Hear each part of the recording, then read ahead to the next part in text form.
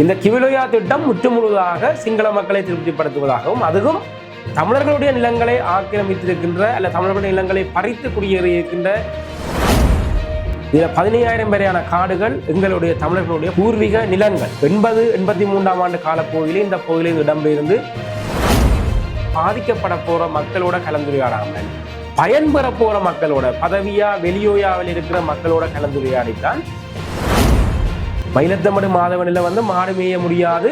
ஆனால் புதிதாக தமிழர்களுடைய காணிகளை அபகரித்து சிங்கள மக்களுக்கு கொடுக்கிற வாழ்வாதாரத்தில் இவர்களே திட்டம் சொல்லுகின்றார்கள் 1,04,000 மீட்டர் பால் ஒரு வருடத்தில் உற்பத்தி செய்யப்படும் சொல்லி. இதற்கு ஒதுக்கப்பட்ட நிதி 24,000 மில்லியன். இன்றைக்கு ஒரு வயல் நிலத்துக்கு ஒரு விவசாயிக்கு 1 ஏக்கர் நிலத்துக்கு உரமானியம் கொடுப்பதற்கு அரசாங்கத்தில் 10,000 ரூபாய் காசு இல்லை.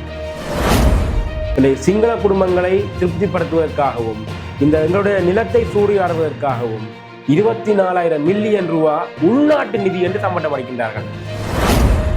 சூழல் தாக்க மதிப்பீடு அல்லது அந்த திட்டம் தொடர்பான மதிப்பீடுகளை கையளிக்க வேண்டிய நிலைமை ஏற்படால் தாங்கள் அம்பலப்படுத்தப்பட்டு விடுவோம் என்றதுக்காக உள்நாட்டு நிதி என்று சொல்லித்தான் வாரப்போர் அமைச்சர்கள் எல்லாம் கத்திக் கொண்டிருக்கிறார். கோடாலியாலையும் காட்டுக்கத்தியாலையும் பெற்றேக்க அவர்களை கொண்டு ஜெயிலில் போட்ட போறால் டோசர் மூலம் இந்த காடுகளை சிங்கள மக்கள் வெளியாகின்ற போது பார்த்து கொண்டுதான் இருந்தது. அப்ப இதுதான் நடக்கிற அநியாயம். இந்த அனுபவ அரசாங்கம் இந்த மக்களுக்கு முற்றுமுழுதாக இருட்டடிப்பை செய்து திட்டத்தை செயற்படுத்த போகுது.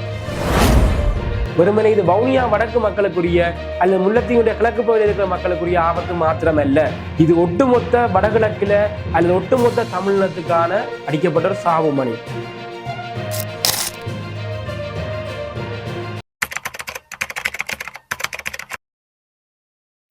தமிழர் தாயகம் என்றும் இல்லாதவாறு நில ஆக்கிரமிப்புக்குள்ளும் மிகப்பெரிய சுரண்டலுக்குள்ளும் பௌத்த விகாரை கட்டுவது போன்ற விடயங்களுக்குள்ளும் மிக வேகமாக ஆட்பட்டு கொண்டு வருகின்றது. அந்த நில ஆக்கிரமிப்பில் மிக முக்கியமான தற்போது பேசுபொருளாக இருக்கிற விடயம்தான் நான் பேசப்போகின்ற கிவிலோயா திட்டம். இந்த கிவிலோயா திட்டம் தொடர்பாக பல்வேறுபட்ட ரீதியில் போராட்டங்களும் உரையாடல்களும் மக்கள் மயப்படுத்தப்பட்ட விழிப்புணர்வு கருத்துக்களும் ஆரம்பிக்கப்பட்ட நிலையில் இந்த விடயம் மிகப்பெரிய பேசுபொருளாக்கப்பட வேண்டும். இது உடனடியாக தடுத்து நிறுத்தப்படாவிட்டால் இது வடகிழக்குக்கு அடிக்கப்பட்ட மிகப்பெரிய ஒரு சாவு மணியாக இருக்கும். குறிப்பாக தமிழர் தாயக கோட்பாட்டை அளிக்கின்ற ஏவிபி என்கின்ற இந்த என்பிபி அரசாங்கம் தான் இந்த வடகிழக்கு கோட்பாட்டை நீதிமன்றம் வரை சென்று வடகிழக்கை அந்த கோட்பாட்டை இல்லாமல் செய்து அல்லது நீதிமன்றம் வரை சென்று பிரித்தது. அதை நிலத்தொடர்புடன் இருந்து துண்டிக்கின்ற செயற்பாட்டை இந்த திட்டத்தின் மூலம் செயற்படுத்துவதற்கும் திட்டமிட்ட முறையில் தமிழர் தாயகத்தில் இனப்பெரம்பலை மாற்றி அமைக்கின்ற மிகப்பெரிய ஒரு வேலை திட்டமாகவும் இந்த கிவிலோயா திட்டம் நகர்த்தப்பட இருக்கின்றது. எனவே அது தொடர்பாக விடயங்களை பேசுவதாகத்தான் இந்த காணொளி இருக்கும். கிவிலோயா திட்டம் என்று சொன்னால் அதை பற்றி ஒரு சுருக்கமான அறிமுகம் என்றே சொல்ல வேண்டும். வவுனியா வடக்கு மிகப்பெரிய ஒரு வவுனியா மாவட்டத்தின் வவுனியா வடக்கு பகுதி மிகப்பெரிய ஒரு ஆக்கிரமிப்புக்குள்ளே போய்கொண்டிருக்கிற ஒரு பகுதி. அதில் 2009க்கு பிறகு பல தமிழ் பூர்வீக நிலங்கள் சிங்கள பெயர்களால் மாற்றப்பட்டு சிங்கள குடியேற்றங்கள் உருவாக்கப்பட்டிருக்கின்றது. நிலப்பகுதியோடு இணைக்கப்பட்டும் நிலங்கள் ஆக்கிரமிக்கப்பட்டும் வவுனியா வடக்கினுடைய பிரதேச எல்லை பரப்புகள் சிங்களமயப்படுத்தலுக்கு உட்படுத்தப்பட்டு அந்த அரசியல் நிர்ணயம் கூட அங்கிருந்து சிங்கள உறுப்பினர்கள் வவுனியா வடக்கு பிரிய சபைக்குள்ளே தெரிவு செய்கிற சூழல் எழுந்திருக்கின்றது. இதை ஒத்ததாகத்தான் முல்லைத்தீவுடைய கிழக்கு பகுதியாக சொல்லப்படுகின்ற இந்த கொக்குலாய் கர்நாட்டுக்கேணி போன்ற இடங்கள் இந்த வெளியோயாவை அண்மித்திருக்கின்ற இடங்களும் மிக மிக வேகமாக இந்த சிங்கள பௌத்த அரிப்புக்குள்ளே அல்லது சிங்கள பௌத்த ஆக்கிரமிப்புக்குள்ளே உள்ளாக்கப்பட்டு வருகின்றது. அந்த அடிப்படையில் தான் இந்த கிவிலோயா திட்டம் 2011ஆம் ஆண்டு ஆரம்பிக்கப்படுகின்றது. கிவிலோயா என்பது ஒரு நதி, ஒரு கிளை நதி. பிரதானமான கொக்குலாய் நீரேரியில் போய் விழுகின்ற மாவோயா என்று சொல்லப்படுகின்ற பெரிய ஆறு, அந்த ஆற்றுக்கு தண்ணியை கொண்டு செல்லுகின்ற ஆறு தான், கிளை ஆறு தான் இந்த கிவிலோயா. இது மருதோடை வடிவைத்தகல் போன்ற காட்டு பகுதியில் இருந்து உற்பத்தியாகி அதற்கு மேலேயும் அது உற்பத்தியாகினாலும் பிரதானமான தண்ணியை அதிகளவு கொண்டு செல்கின்ற இடமாக இந்த பகுதியில் விளங்குகிறது. நேரடியாக இந்த கிளை ஆறு மாவோயான்னு சொல்லப்படுகின்ற பெரிய ஆற்றோட போய் சேருகின்றது. இந்த ஆறு தான் கொக்குலாய் நீரேரியில் போய் விழுகின்றது, பெரிய ஆறுன்னு சொல்லப்படுற இந்த மாவோயா. இந்த கிவிலோயாவை மறைத்து ஒரு அணைக்கட்டை கட்டி ஏற்கனவே குடியேற்றப்பட்டிருக்கின்ற நிலங்களை ஆக்கிரமித்து குடியேற்றப்பட்டிருக்கின்ற சிங்கள குடும்பங்கள் 5000 வரையான சிங்கள குடும்பங்களுக்கும் இன்னும் இந்த திட்டத்தையொட்டி குடியேற்றப்படுகின்ற 2000 வரையான சிங்கள குடும்பங்களுக்கும் ஒரு நீர்ப்பாசன திட்டத்தை வழங்குவதுதான் இந்த கிவிலோயா திட்டம். சுருக்கமாக சொன்னார், ஏற்கனவே இந்த முல்லைத்தீவு வரைக்கும் மகாவலியினுடைய எல்வலயம் பரம்பி காணப்படுகின்றது. மகாவலி என்பது உங்களுக்கு தெரியும், இலங்கையில் மிகப்பெரிய ஆறு மகாவலி ஆறு. மகாவலியில் தண்ணி திருகோணமலை கடலில் போய் கலக்கும் வரைக்கும் அந்த ஆற்றுல 40 விதமான தண்ணி கடலில் கலப்பதாக சொல்லப்படுகின்றது. அந்த கடலில் கலக்கிற தண்ணியை நீர்ப்பாசனத்துக்கு பயன்படுத்தப்பட வேண்டும் என்பது ஒரு சிந்தனையாக இருந்தாலும், மகாவலி ஆறு வருகிறதோ இல்லையோ, மகாவலி சார்ந்து சிங்கள குடியேற்றங்கள் தமிழர் தாயகம் நோக்கி வேகமாக நகர்ந்து வருகின்றது. அது ஒரு திட்டமாகத்தான் இந்த கிவிலோயா திட்டம் ஆரம்பிக்கப்படுவதற்கு முன்னர் மகாவலி எல்வலயம் என்று பிரகடனப்படுத்தப்பட்டு, முல்லைத்தீவினுடைய நான் சொன்ன கிழக்கு கரை வரை இந்த மகாவலி எல்வலயம், வவுனியா வடக்கினுடைய ஒலுமடு வரை இந்த மகாவலி எல்வலயம் பரம்பி இந்த நிலங்கள் விழுங்கப்பட்டு, இந்த மகாவலி எல்வலயம் ஊடாக இந்த மகாவலி தண்ணியை இந்த கொக்குழாய் வரைக்கும் அல்ல முல்லைத்தீவினுடைய கிழக்கு பகுதி வரைக்கும் கொண்டு போய் சேர்ப்பதான சொல்லப்பட்டிருந்தாலும் அந்த திட்டம் சாத்தியப்படவில்லை. ஆனால் குடியேற்றங்கள் வேகமாக நகர்ந்தது. தற்போது இந்த மகாவலி எல்வலயத்துக்குள்ளாக இருக்கின்ற காணிகள் அத்தனையும் மகாவலி அபிவிருத்தி அதிகார சபைக்குள்ளும் அல்லது மகாவலி அமைச்சுக்குள்ளும் உள்வாங்கப்பட்டதன் காரணமாக அந்த திட்டத்தை அப்படியே நிறுத்திவிட்டு இந்த கிவிலோயா திட்டம் கையில் எடுக்கப்பட்டிருக்கின்றது. இந்த கிவிலோயா திட்டத்தில் 2011ஆம் ஆண்டு மஹிந்த ராஜபக்ச அரசாங்கம் இருக்கின்ற போதுதான் இந்த திட்டத்தை ஆரம்பிப்பதாக சொல்லப்பட்டிருந்தது. அப்போது அந்த திட்டத்துக்காக ஒதுக்கப்பட்ட நிதி வெறும் 457 கோடி ரூபாய். இது மிகப்பெரிய நிதியாக இருந்தாலும் தற்போது அனுர அரசாங்கம் ஒதுக்கின நிதியை பார்க்கிற போது மிக குறைவான நிதியாகத்தான் பார்க்கப்படுகின்றது. 457 கோடி ரூபாய் நிதியை ஒதுக்கி இந்த திட்டத்தை ஆரம்பிக்கிறதாக சொல்லப்பட்டாலும் இது அப்படியே நகர்ந்து பிறகு மைத்திரி ஆட்சி வருகின்றது, மைத்திரி ரணில் ஆட்சி. அதிலும் இந்த திட்டம் செயற்படுத்தப்படவில்லை. பிறகு கோட்டபாய ஆட்சி வருகின்ற போதும் 2023ஆம் ஆண்டு நாட்டினுடைய பொருளாதார நிலைமை காரணமாக இந்த திட்டம் மேம்படுத்தப்பட்ட திட்டமாக 7000 மில்லியன் ரூபாய் 700 கோடியாக தரம் உயர்த்தப்பட்டு இந்த திட்டம் செயற்படுத்துவதாக சொல்லப்பட்டிருந்தாலும் நாட்டினுடைய பொருளாதார பிரச்சனை இடம் கொடுக்காத காரணத்தால் அப்படியே அந்த திட்டம் கிடப்பில் போடப்படுகின்றது. இந்த இடத்துல தான் வரலாற்றிலே முதல் தடவையாக தங்களை இடதுசாரிகள் என்று சொல்லிக்கொண்டு வலதுசாரி சிந்தனையோடு செயற்பட்டு வருகின்ற இந்த ஜேவிபி அரசாங்கம் ஆட்சிவிடம் வருகின்றது. அது தன்னை ஒரு அறிவார்ந்த தளத்திலே ஒரு அரசியல் கட்சியாக காட்டிக்கொள்ளுகின்ற அளவுக்கு தாங்கள் செயற்படுவோம் என்று சொல்லி சமத்துவம் பேசுவோம், இங்கே இன வேறுபாடு இல்லை, மத வேறுபாடு இல்லை, மொழி வேறுபாடு இல்லை என்று சொல்லி இந்த ஆட்சிக்கதிரை 2024ஆம் ஆண்டு பிடிக்கின்றார்கள். வரலாற்றிலே முதல் தடவையாக ஜேவிபி என்பிபியினுடைய முகமூடியோட ஆட்சிவிடம் இருக்கின்றது. அனுரகுமார திசாநாயக்க அவர்கள் ஜனாதிபதி ஆகின்றார். அதன் பிறகு நடந்து வருகின்ற விடயங்கள் எல்லாம் பல விடயங்கள் பேசலாம். ஆனால் நான் கிவிலோயா தொடர்பாக பேசுகின்ற காரணத்தால் அந்த விடயம் தொடர்பாகவே இதில் கதைக்கிறேன். 2025ஆம் ஆண்டு இந்த கிவிலோயா திட்டம் மீள கையில் எடுக்கப்பட்டு டிசம்பர் மாதம் அளவிலே இது மீளவும் ஒரு பேசு பொருளாக்கப்பட்டு ஜனவரி மாதம் 20ஆம் தேதி 2026ஆம் ஆண்டு ஜனவரி மாதம் 20ஆம் தேதி அமைச்சரவையினுடைய ஒப்புதல் அளிக்கப்பட்டிருக்கிற திட்டத்தை செயற்படுத்துவதற்காக.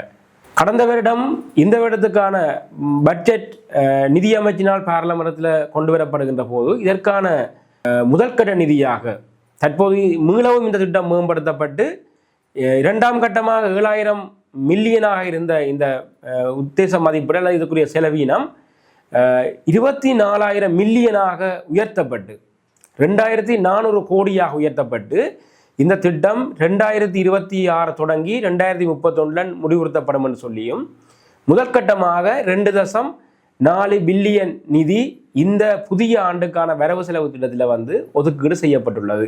அமைச்சரவையுடைய அனுமதியுடன் திட்டம் ஆரம்பிக்கப்பட போகின்றது. அப்போ இந்த திட்டம் தொடர்பாக மக்களுக்கு தெளிவுபடுத்தப்பட்டதா அல்லது இதுக்கு சார்ந்த பிரச்சனைகள் என்ன, இது எங்களுக்கு என்ன ஆபத்தை தருகின்ற விடயம் தொடர்பாகத்தான் இதை நான் இனி சொல்ல வர விடயங்கள் உள்ளடங்கி இருக்கின்றது. இந்த கிவிலோயா திட்டம் முற்றுமுழுதாக சிங்கள மக்களை திருப்திப்படுத்துவதாகவும் அதுவும் தமிழர்களுடைய நிலங்களை ஆக்கிரமித்திருக்கின்ற அல்ல தமிழர்களுடைய நிலங்களை பறித்து குடியேறியிருக்கின்ற சிங்கள மக்களை திருப்திப்படுத்துகின்ற வகையிலே அவர்களுடைய வாழ்வாதார நோக்கத்திலே கொண்டு வருகின்ற நீர்ப்பாசன திட்டம். மருதோடையிலிருந்து கொக்குழாய் வரைக்கும் ஒரு குழாய் நீர் விநியோகத்தை செய்து இங்கே குடியமர்த்தப்படுகின்ற 7000 வரையான சிங்கள குடும்பங்களுக்கும் ஒரு குடிநீர் திட்டத்தை வழங்குவது. இந்த குடிநீர் திட்டத்துக்காக இவர்களுடைய திட்டத்தின் உள்ளடக்கப்பட்ட நிதி செலவின்படி ஒரு குடும்பத்துக்கு 10 லட்சம் ரூபாய் நிதி குடிநீருக்கு மட்டும் செலவிடப்பட போகின்றது. இந்த திட்டத்துக்காக ஒட்டுமொத்தமாக நான் அறிந்த வகையில் 27,000 வரையான நிலங்கள் ஆக்கிரமிக்கப்பட போகின்றது. அதிலும் 15,000 வரையான காடுகள் அழிக்கப்பட போகின்றது. இதில் 15,000 வரையான காடுகள் எங்களுடைய தமிழர்களுடைய பூர்வீக நிலங்கள். 80-83ஆம் ஆண்டு காலப்பகுதியிலே இந்த பகுதியில் இடம்பெயர்ந்து இராணுவத்தால் சிங்கள குடியேற்றவாசிகளால் காடுகளால் கலைக்கப்பட்டு இந்த நிலங்களே மீள குடியமராமல் இருக்கின்ற மக்களுடைய நிலங்கள் இப்போது நீண்ட காலமானதால் காடுகளாக்கப்பட்டிருக்கின்றது. இந்த காடுகள் அழிக்கப்பட இருக்கின்றது. இந்த தற்போது காடுகளாக இருக்கின்ற தமிழர்களுடைய நிலங்கள் அழிக்கப்பட போகின்றது. அதைவிட 2,500 ஹெக்டேர் அளவில் திக் ஃபாரஸ்ட்னு சொல்லுவோம். அதாவது ஒரு நீண்ட கால ஒரு அடர் காடுகள், பெருங்காடுகள் அல்ல சோலை காடுகள் என்று சொல்லுவோம். இந்த காடுகள் கூட அழிக்கப்பட போகின்றது இந்த திட்டத்தில். இது அவர்களால் உருவாக்கப்பட்ட அவர்களால் செயற்படுத்தப்பட போகிற திட்டத்தினுடைய மதிப்பீடை தான் நான் சொல்லிக் கொண்டிருக்கிறேன். இந்த மதிப்பீடுகள் கூட ஆங்கிலத்தில் எழுதப்பட்டிருக்கின்றது. அதையும் தாண்டி இந்த 25,000-27,000 நிலம் அளிக்கப்படுவது தொடர்பான கலந்துரையாடல் இந்த பாதிக்கப்பட போகிற எந்த மக்களோடையும் இதுவரைக்கும் பேசப்படையில்லை. அங்கே இருக்கின்ற எல்லையோர கிராமங்கள்னு சொல்லுகின்ற வடிவைத்தகல், மருதோடை, காஞ்சூரமோட்டை, காட்டுப்பூரசங்குளம் போன்ற நிலங்களில் இருக்கிற மக்களோட எந்த கலந்துரையாடலும் இல்லை. ஒரு திட்டம், ஒரு சாதாரணமான ஒரு திட்டம் ஒரு கிராமத்தில் செயற்படுத்துவதாக இருந்தால் அந்த கிராமத்தில் இருக்கிற மக்களோட முதலாவது கலந்துரையாடலை மேற்கொள்ளணும். எந்த திட்டமாக இருந்தாலும் எந்த நாட்டிலே உள்ள வளமே அதுதான். அதில் சாதக பாதக தன்மை தொடர்பாக ஆராய்வதற்கு அந்த மக்களோட கலந்துரையாட வேண்டும். கலந்துரையாடி பீசிபிலிட்டி ரிப்போர்ட்னு சொல்லுவோம். பீசிபிலிட்டி ரிப்போர்ட்னு சொல்கிறது ஒரு சாத்தியப்பாடான அறிக்கை. இந்த திட்டத்தில் வெற்றிகரமான திட்டமாக இருக்குமா அல்லது இது தீமையை தரக்கூடிய திட்டமாக இருக்குமா என்ற மதிப்பீடை செய்ய வேணும். அதுக்கு பிறகு ஒரு சூழல் தாக்க மதிப்பீடு, EIA சொல்லப்படுகின்ற என்விரான்மெண்ட் இம்பேக்ட் அசஸ்மெண்ட் சொல்லப்படுகின்ற சூழல் தாக்க மதிப்பீடு ஒன்று செய்யப்பட வேணும். இந்த விடயங்கள் எல்லாம் செய்யப்பட்டிருக்கின்றது. ஆனால் பாதிக்கப்பட போகிற மக்களோட கலந்துரையாடாமல் பயன்பெற போகிற மக்களோட பதவியா வெளியோயாவில் இருக்கிற மக்களோட கலந்துரையாடித்தான் இதனுடைய மதிப்பீடுகள் கூட செயற்படுத்தப்பட்டிருக்கின்றது. அப்போ இது ஒரு மிக ஆபத்தான திட்டம். அதைவிட நேரடியாக விவசாய நிலங்களாக இருக்கின்ற வடிவச்சகல் காஞ்சுரமோட்டையில் இருக்கிற 887 ஏக்கர் நிலம் நீரேந்து பகுதிகளாக மாற்றப்பட போகின்றது. முழுமையாக நீரேந்து பகுதிகளாக நீரேந்து பகுதிகளாக 6,000 ஏக்கர் அளவிலே நீரேந்து பகுதிகளாக மாற்றப்பட்டாலும் அது காடுகளாக தற்போது காடுகளாக இருக்கிற நிலங்கள் அதுக்குள்ள உள்வாங்கப்பட்டிருந்தாலும் நேரடியாக மக்கள் விவசாயம் செய்கின்ற நிலங்கள் 887 ஏக்கர் வரையிலே அது நீரேந்து பிரதேசமாக மாற்றப்படும் என்று சொல்லப்படுகின்றது. அப்போ இவ்வாறு பல விடயங்களை உள்ளடக்கிய இந்த கிவிலுயா திட்டம் சிங்கள மக்களை குறிவைத்து அல்ல சிங்கள மக்களை குறிவைத்துன்றதுக்கு அப்பால சிங்கள மக்களை திருப்திப்படுத்துவதற்காக அவர்களுடைய வாழ்வாதாரத்தை மேம்படுத்துவதற்காகத்தான் திட்டம் முழுமையாக செயற்படுத்தப்பட இருக்கின்றது. ஒன்று, அவர்களுக்கு குடிநீர் வழங்குவது. 2வது, விவசாய காணிகளை வழங்கி அவர்களுக்கு வயல் செய்வதற்கான நீர்ப்பாசனத்தை வழங்குவது. 3வது, மேய்ச்சல் திரை வழங்கி அந்த மேய்ச்சல் திரையோட கால்நடை வழங்கி அந்த மேய்ச்சல் திரை மூலம் அவர்களுடைய வாழ்வாதாரத்தை மேம்படுத்துவது. அவர்களுடைய திட்டத்தின்படி ஒரு வருடத்தில் 1,04,000 லிட்டர் பால் உற்பத்தி செய்ய முடியும்னு சொல்லுகின்றாங்க. திட்டம் நடைமுறைப்படுத்தினால் 1,04,000 லிட்டர் பால் இந்த இடத்துல இருந்து உற்பத்தி செய்யலாம். அது நாட்டுக்கு வருமானத்தை தரும் என்று அதில் சொல்லப்படுங்க. அந்த அவர்களுடைய ரிப்போர்ட்டின் படி பார்த்தால் இங்கே ஒரு விடயத்தை நான் பதிவு செய்யலாம் என்று நினைக்கிறேன். மயிலத்தமடு மாதவனையில் தமிழர்களுடைய கிழக்குமில்ல மட்டக்களப்பில் இருக்கிற மயிலத்தமடு மாதவனையில் தமிழர் நிலங்கள் சூறையாடப்படுகின்றது. அது ஒரு மேய்ச்சல் நிலமாக இருப்பதன் காரணமாக சிங்கள காடுகளால் அங்கே மேய்கின்ற மாடுகள் நாளும் பொழுதும் சுடப்பட்டு இறப்பதும் காயங்களோட வீடுகளுக்கு வருவது நடந்து கொண்டிருக்குது. ஆனால் மற்றொரு இடத்துல தமிழர்களுடைய காணிகளை பறித்து அதிலே ஒரு மேய்ச்சல் தரையை உருவாக்கி அங்கே சிங்கள மக்களுக்கு ஒரு வாழ்வாதாரம் கொடுக்கின்ற செயற்பாடு நடந்திருக்குன்னு சொன்னால் ஒரு நாட்டில் ஒரே காணிகளை வெவ்வேறு சிந்தனைக்கு பயன்படுத்துகின்ற இந்த பேரினவாத அரசாங்கத்தினுடைய முகம் வெளிப்படையாக தெரிகின்றது. மயிலத்தமடு மாதவனில் மாடு மேய முடியாது. அங்கே மாடு மேய்ந்தாலும் அங்கே மாடில் பெறுகின்ற பால் உற்பத்தி என்பது ஒரு ஜீவனோபாயம். அந்த மக்களுடைய ஜீவனோபாயம் நாட்டுக்கும் ஒரு உற்பத்தி.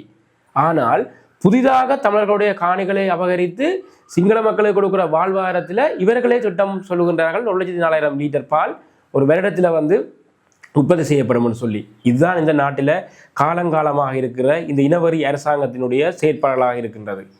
இவ்வாறு இந்த கிவிலுயா திட்டம் நகர்ந்து கொண்டிருக்கின்ற சூழலில் இந்த திட்டம் தடுத்து நிறுத்தப்பட வேண்டும். அது மக்கள் மயப்படுத்தப்பட்ட போராட்டங்கள் மூலம் சாத்தியப்படும்.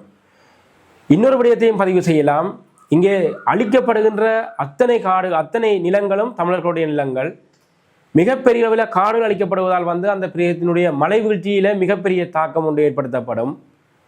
15,000 ஏக்கர் வரையான காடுகள் அளிக்கப்படுவதால் அங்கே நீண்ட காலமாக யானைகளுடைய வழித்தடம் இருப்பதாக சொல்லப்படுகின்றது. மருதோடையிலிருந்து கொக்குழாய் வரைக்கும் 150-200 வருடங்கள் நீண்ட வரலாற்றை உடைய யானைகளுடைய 3 வழித்தடங்கள் நீரேந்து பகுதிகளாக மாற்றப்படுகின்ற ஆபத்து இருப்பதாக சொல்லப்படுகின்றது. 47 வரையான தொல்லியல் பகுதிகள் நீருக்குள் மூழ்கின்ற அபாயம் இருப்பதாக சொல்லப்படுகின்றது. 2500 ஹெக்டேர் திக் ஃபாரஸ்ட் என சொல்லப்படுகின்ற பெருங்காடுகளிலே சிறுத்தைகளுடைய நடமாட்டம் இருப்பதாக சொல்லப்படுகின்றது.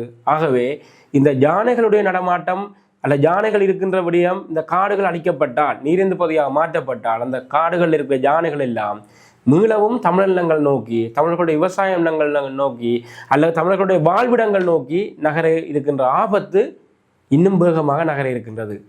சிறுத்தைகளுடைய நடமாட்டம் இருக்கிற சொல்லப்படுகின்ற சூழலிலே இது நீரேந்து பகுதியாக மாற்றப்பட்டால் தமிழர்களுடைய வாழ்விடங்களை நோக்கி இந்த சிறுத்தைகள் நகர இருக்கின்றது. குறிப்பாக நீரேந்து பகுதி தமிழர்களுடைய பகுதிகளாகவும் நீர் விநியோகம் செய்யக்கூடிய பகுதி சிங்கள குடியேற்றங்களாகவும் தான் அதனுடைய போக்கு அமைந்திருக்கிற காரணத்தால் எந்த ஒரு மிருகங்களும் பின்னோக்கி வருகின்ற சூழல் தான் நிலவ போகின்றது. ஆகவே இந்த நான் சொன்ன கிராமங்களை தாண்டி பட்டிக்குடியிருப்பு, கற்குளம், கீரிசுட்டான், மாமடு, சேனைப்புலவு, ஒலுமடு, இந்த ஒலுமடிலே 6 கிராமங்கள் இருக்கின்றது. இப்படியான நெடுங்கணி வரையான கிராமங்கள் நேரடியாக இந்த யானைகளுடைய சிறுத்தைகளுடைய தாக்கத்துக்குள் முகம் கொடுக்க போகின்றது. ஆகவே இந்த சூழல் தாக்க மதிப்பீடில் மிக மோசமான செயற்பாடுகள் சொல்லப்பட்டிருந்தாலும் இதற்கான தீர்வுகள் எதுவும் வழங்கப்படவில்லை. யானை வேலி அமைத்து யானைகளை மறைப்பம், விவசாய அழிவுகளில் இருந்து பாதுகாப்புன்னு சொல்லப்பட்டாலும் அது எந்த காலப்பகுதியில் அந்த யானை வேலி அமைக்கப்படும், எவ்வளவு இதுக்கான செலவினங்கள் என்ற விடயங்கள் எதுவுமே தெளிவாக இல்லை. ஆகவே ஆபத்தை எதிர்நோக்கி இருக்கிற மக்களுக்கு தீர்வுகள் எதுவும் இல்லாமல் தான் ஒரு சூழல் தாக்க மதிப்பீடு செய்யப்பட்டிருக்கின்றது. இது அவர்களுடைய சூழல் தாக்க மதிப்பீடு. இந்த சூழல் தாக்க மதிப்பீட்டில் இருக்கிற குறைபாடுகளை முன்வைத்து மத்திய சுற்றாடல் அதிகார சபைக்கு 2020ஆம் ஆண்டு ஒரு சூழல் சார்ந்து மனிதநேயம் மிக்க ஒரு NGO உண்டு, சூழல் ஒரு அமைப்பு உண்டு, ஒரு கடிதம் ஒன்றை எழுதியிருந்தது, ஒரு அறிக்கை ஒன்றை எழுதியிருந்தது. 7 பக்க அறிக்கையில் பல விடயங்கள் குற்றச்சாட்டு இருந்தது. அந்த குற்றச்சாட்டில் மிக பிரதானமான ஒன்று, ஒரு சூழல் தாக்க மதிப்பீடு செய்வதாக இருந்தால் அந்த மதிப்பீடு 3 மொழிகளில் இருக்க வேணும். ஆனால் நீங்கள் இந்த சூழல் தாக்க மதிப்பீடை போய் வவுனியா வடக்கு பெரிய சேதத்தில் திட்டமிடங்களில் போய் கேட்டீங்கன்னா இங்கிலீஷ் தான் இருக்குது. 2015ஆம் ஆண்டு 2020ஆம் ஆண்டும் அவர்கள் உருவாக்கின சூழல் தாக்க மதிப்பீடு ஆங்கிலத்தில் இருக்குது. அப்போ தமிழில் இல்லை. அப்போ தமிழில் இல்லாதக்குரிய பிரதான காரணம் என்னன்னு சொன்னால் இந்த மக்கள் இந்த விஷயங்களை வாசித்து அறிஞ்சு கொண்டால், எங்களோட மக்கள்கிட்ட மொழி அறிவுன்றது பிரச்சனை. ஆகவே இந்த மக்கள் இதை வாசித்து அறிஞ்சு கொண்டால் இந்த விடயங்களுக்கு எதிராக போர்க்கொடி தூக்குவார்கள். இந்த உண்மைகள் தெரிந்துவிடும் என்றதுக்காகத்தான் இவர்கள் மக்களிடம் போயும் நேரடியாக இந்த ஆய்வுகளை செய்யவும் இல்லை. இந்த அடிக்கின்ற மதிப்பீடு புத்தகங்களையும் மொழியில கூட வேறுபாடை காட்டி அதில் இருட்டடைப்பு செய்திருக்கின்றார்கள். இதே ஒரு நிறுவனம் கேள்விக்குட்படுத்தி இருந்தது. அதே போல இந்த யானைக்கும் மனிதனுக்கும் அல்லது சிறுத்தைக்கும் மனிதனுக்கும் வரப்போற முரண்பாடு அல்ல பிரச்சனை தொடர்பாக கேள்வி எழுப்பியிருந்தது. கார்பன் தாக்கத்தின் அதிகம் இருப்பதாக சொல்லியிருந்தது. காடுகள் அழிக்கப்பட்டால் மலை வீழ்ச்சி குன்றும், அப்போ அதால் வரக்கூடிய ஆபத்து தொடர்பாக சொல்லியிருந்தது. இப்படி பல்வேறுபட்ட விடயங்களை சொல்லியிருந்தாலும் இதுவரைக்கும் அந்த மத்திய சுற்றாடல் அதிகார சபையின் ஒரு உத்தியோகபூர்வமான இந்த குற்றச்சாட்டுகளுக்கு மறுதளிக்கின்ற பதில் எதுவும் வந்ததாக நாங்கள் அறியவில்லை. ஆகவே இது முற்று முழுதாக ஒரு மிக ஆபத்தான திட்டம். அதையும் தாண்டி இந்த கிவிலோயா குறுக்கரத்து ஓடுவது இந்த திருவோணமலையினுடைய அல்ல இந்த கிழக்கையும் வடக்கையும் பிரிக்கின்ற ஒரு தொடர்பூடாகத்தான் இந்த கிவிலோயா நகர்ந்து செல்கின்றது இந்த நதி. ஆகவே இந்த எல்லைகளில் ஏற்கனவே வெளியோயா என்ற பகுதியில் அல்லது மணலாறு என்ற தமிழர்களுடைய பூர்வீக நிலத்தில் வெளியோயா என்ற பேர் மாற்றி குடியேற்றங்களை செய்து அங்கே ஒரு பெரிய சீலகத்தை உருவாக்கி வச்சுக்கிற இந்த சிங்கள பௌத்த பேரினவாதம் மேலும் இந்த எல்லைகளில் சிங்கள குடும்பங்களை குடியேற்றினால் முற்று முழுதாக தமிழகாய கோட்பாடை இல்லாமல் செய்வதுதான் அவருடைய நோக்கம். ஆக இந்த தமிழர்களுடைய நிலங்களை குடியேற்றங்களை நிறுவி இந்த குடியேற்றங்கள் இருக்கிற மக்களை திருப்திப்படுத்துவதற்கு வாழ்வாதாரத்தை உருவாக்குற என்ற காரணத்தை காட்டி தமிழர்களுடைய அந்த இனப்பெரம்பலை முற்று முழுதாக சிங்கள மயப்படுத்தலுக்கு உள்ளாகி மாற்றி அமைப்பதுடன் எங்களுடைய வடகிழக்கு தமிழர் தாயகம் என்ற கோட்பாட்டை அரசியல் ரீதியில் மாற்றி அமைக்கின்ற மிகப்பெரிய வேலைத்திட்டத்தை தான் இந்த அனுரா என்கின்ற இந்த NPP முலாம் பூசப்பட்ட JVP அரசு நகர்த்த இருக்கின்றது. இதற்கு ஒதுக்கப்பட்ட நிதி 24,000 மில்லியன். இன்றைக்கு ஒரு வயல் நிலத்துக்கு ஒரு விவசாயிக்கு 1 ஏக்கர் நிலத்துக்கு உரமானியம் கொடுப்பதற்கு அரசாங்கத்தில் 10,000 ரூபாய் காசு இல்லை. ஆனால் இன்றைய சிங்கள குடும்பங்களை திருப்திப்படுத்துவதற்காகவும் இந்த எங்களுடைய நிலத்தை சூறையாடுவதற்காகவும் 24,000 மில்லியன் ரூபா உள்நாட்டு நிதி என்று சம்பட்டம் அளிக்கின்றார்கள். இதனால் மிகப்பெரிய உத்தியும் இருக்கின்றது. ஏன் இதில் இன்னொரு கேள்வியும் வரும், ஏன் உள்நாட்டு நிதி? ஒரு திட்டம் செயற்படுத்தப்பட போகின்றது, சரி இதில் பிரச்சனை எதுவுமே இல்லை, நீங்கள் சூழல் தாக்க மதிப்பீடு செய்திருக்கிறீர்கள், சாத்தியப்பான அறிக்கை எடுத்துக்கிறீங்கள், இன்றைக்கு இது ஒரு வாழ்வாதாரத்தை கொடுக்க போது, இவர்களுடைய பாணியிலேயே 1,04,000 லிட்டர் பால் உற்பத்தி செய்யப்பட போது, விவசாய உற்பத்தி தன்னிறைவாக போகுதுன்னு சொல்லி சொன்னால், இன்றைக்கு உலக நாடுகள் இருக்கின்றது இந்த இவர்களுடைய நல்ல திட்டங்களுக்கு வந்து நிதியை உதவி செய்கிறதுக்கு. அரசாங்கம் இன்றைக்கு ஒரு பெரிய வங்குரோத்திலே தான், இன்றைக்கு மிகப்பெரிய பொருளாதார வீழ்ச்சி ஒன்றில் இருந்தால் மெல்ல மெல்ல மீண்டு எழுந்து வருவதாக சொல்லினான். ஆனால் மிகப்பெரிய வங்குரோத்திலே இருக்கிற நேரத்தில் வந்து 24,000 மில்லியன் ரூபாவை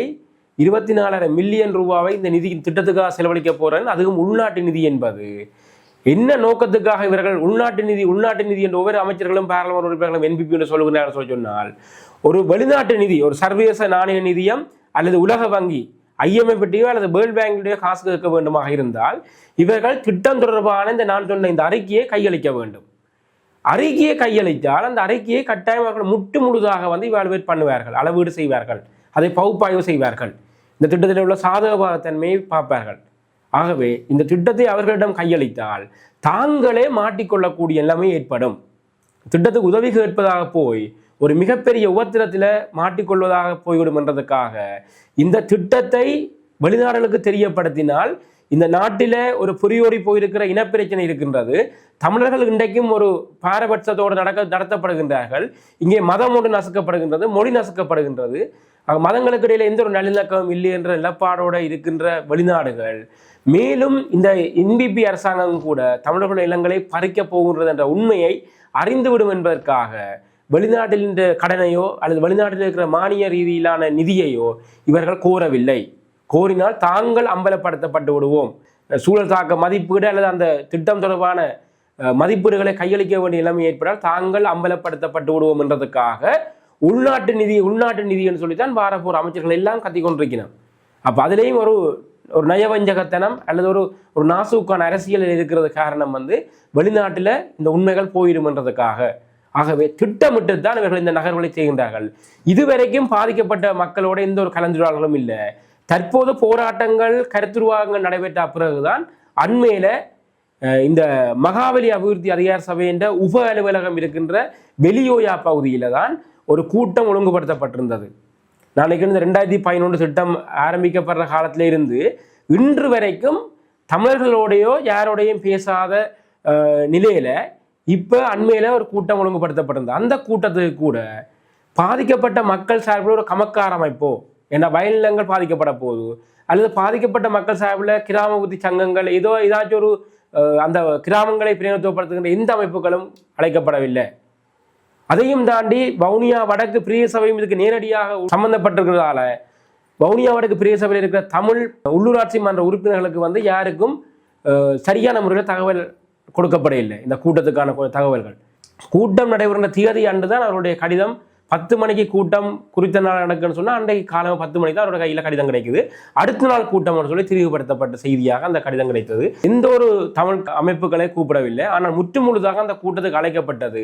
ஒரு சில தமிழ் பாராளுமன்ற உறுப்பினர்கள் போயிருந்தார்கள், சிங்கள பாராளுமன்ற உறுப்பினர்கள், சிங்கள பிரதேச உறுப்பினர்கள், வவுனியா வடக்கில் பிரதிநிதித்துவப்படுத்துகின்ற NPP பிரதிநிதித்துவப்படுத்துகின்ற தமிழ் பிரதேச உறுப்பினர்கள், அதை விட சிங்கள கமக்கார அமைப்புகள், இந்த குடியேற்றப்பட்ட இடங்கள் இருக்க சிங்கள அமைப்புகள் அனைவரையும் அழைத்து தான் இந்த திட்டம் தொடர்பாக இவர்கள் ஏதோ கதை இழந்துக்கிறார்கள். திட்டம் செயற்படுத்தப்படுமாக இருந்தால் மிகப்பெரிய ஆபத்தை தமிழர் தாயகம் எதிர்கொள்ளும். இந்த பிரச்சனைகளை முளையிலே கிள்ள வேண்டுமாக இருந்தால் இதுக்கு மக்கள் எல்லாரும் போராட வேண்டும். இன்னைக்கு அவர்களுடைய அரசாங்கம், அவர்களுடைய தொல்லியல் திணைக்களம், அவர்களுடைய ஃபாரஸ்ட், அவர்களுடைய மகாவலி அபிவிருத்தி அதிகார சபை எல்லாமே இந்த சிங்கள பௌத்த பேரினவாத நிகழ்ச்சிகளை கொண்டு செல்லக்கூடிய திணைக்களங்களாக தான் இருக்குது. இதில் திருவச்சகுளம் என்கின்ற ஒரு தமிழர்களுடைய இல்லத்தில் நடந்த அநியாயத்தையும் நாம் பதிவு செய்யலாம். வெடிவச்சகல் என்கிற கிராம சபை பிரிவில் கொக்கச்சாங்குளம் என்கின்ற பூர்வீக இல்லத்தை பறித்து தான் போகேஸ்வோ என்று உருவாக்கப்பட்டது. அந்த போகேஸ்வரம் திட்டத்துக்குள்ள உள்வாங்கப்பட்டுகின்றது. அந்த போகேஸ்வருடைய சிங்கள மக்களால் தான் வெடிவச்சகலுடைய இன்னொரு கிராமம் திருவச்சகுளம் ஆக்கிரமிக்கப்பட்டு அந்தர்வ என்று பெயர் மாற்றப்பட்டு 350 ஏக்கர் நிலம் காடுகள் அளிக்கப்பட்டு விவசாய நிலங்களாக மாற்றப்பட்டு இன்றைக்கு வயல் விதைக்கினம். அதுக்கு APC உரம் கொடுக்குது. டிஎஸ் ஆஃபீஸ் கையொப்பமிடுது, இந்த மகாவலி அபிவிருத்தி அதிகார சபை சிபாரிசு செய்யுது. இப்படி தான் அவருடைய அந்த அரச இயந்திரம் அவர்களுக்காகவே வடிவமைக்கப்பட்டதாக இருக்கின்றது. இந்த திருவச்சகுளத்துக்குரிய காணி சொந்தக்காரர்கள் ஒரு மடலில் இருக்கின்றார்கள், நெடுங்கணி. அவர்கள் காணியை வழியாகின்ற போது ஃபாரஸ்ட் வழக்கு போட்டு 3 வருடம் அந்த வழக்கு நடைபெற்றது. வழக்கு நடைபெற்ற காலத்தில் தான் இந்த போகஸ் குடியேற்றவாசிகள், கொக்கச்சாங்குளம் குடியேற்றவாசிகள் திட்டமிட்டு இந்த காணிகளை டோசர் மூலம் ஆக்கிரமித்தது. கோடாலியாலையும் காட்டுக்கத்தியாலையும் பெற்றேக்க அவர்களை கொண்டு ஜெயிலில் போட்ட ஃபாரஸ்ட் டோசர் மூலம் இந்த காடுகளை சிங்கள மக்கள் வெளியாகின்ற போது பார்த்து கொண்டு தான் இருந்தது. அப்போ இதுதான் நடக்கிற அநியாயம். அப்போ இந்த அநியாயத்தோடு சேர்த்தான் எல்லாத்தையும் ஒட்டுமொத்தமாக விழுங்க வருது இந்த கிவிலோயா திட்டம். இது எங்களுக்கு ஆபத்தென்றை இந்த மக்கள் உணர வேணும். இன்றைக்கு வவுனியா வடக்கினுடைய முக்கியமான இடங்கள் ஆக்கிரமிக்கப்பட்டால் தமிழர்களுடைய இதய பூமி என்று சொல்லப்படுகின்ற மணலாற்றோட அண்டி இருக்கிற நிலம், அப்போ இந்த நிலங்கள் ஆக்கிரமிக்கப்பட்டால் நெடுங்கணி வெகு விரைவில் பறிபோகும். நெடுங்கணி பறிபோனால் இங்கே ஒட்டுசுட்டான் வரைக்கும் மிக ஆக்கிரமிப்பு வேகமாக வரும். அப்போ இந்த விடயத்தை நாங்கள் ஆழமாக பார்ப்பதில்லை. தமிழர் தாயகத்தை கரையான் போல அரித்து கொண்டு வருகின்ற இந்த ஆக்கிரமிப்புகளும் கிவிலோயா திட்டம் போன்ற வேலை திட்டங்களும். ஆகவே இது தமிழர்களுடைய வாயில பேசுபொருள் ஆக்கப்பட வேண்டும். ஒவ்வொரு குடிமகனும் இந்த எங்களுடைய நிலங்கள் தொடர்பாக பேச வேண்டும். எங்களுடைய முற்றத்தை நோக்கி ஆபத்தாக சிந்திக்க வேண்டும். சிந்திக்காத வரை எங்களுடைய நிலங்களை யாரும் காப்பாற்ற முடியாது. கிவிலோயா திட்டத்தை செயற்படுத்துகின்ற இந்த பேரினவாத அரசாங்கம், இந்த அனுர அரசாங்கம் இந்த மக்களுக்கு முற்றுமுழுதாக இருட்டடிப்பை செய்தான் திட்டத்தை செயற்படுத்த போது வெறுமனே இது வவுனியா வடக்கு மக்களுக்குரிய அல்லது முல்லைத்தீவுடைய கிழக்கு பகுதியில் இருக்கிற மக்களுக்குரிய ஆபத்து மாத்திரமல்ல. இது ஒட்டுமொத்த வடகிழக்கில் அல்லது ஒட்டுமொத்த தமிழினத்துக்கான அடிக்கப்பட்ட ஒரு சாவு மணி. எந்த ஒரு வேறுபாடும் இல்லை. ஒட்டுமொத்த தமிழினமாக திரண்டு இந்த கிவிலோயா திட்டத்தை தடுத்து நிறுத்துவதூடாக எங்களுடைய தமிழர் தாயகம் சார்ந்த நில ஆக்கிரமிப்பையும் நாங்கள் தடுத்து நிறுத்தலாம் என்ற விடயத்தையும் இதில் நான் பதிவு செய்து கொள்கின்றேன்.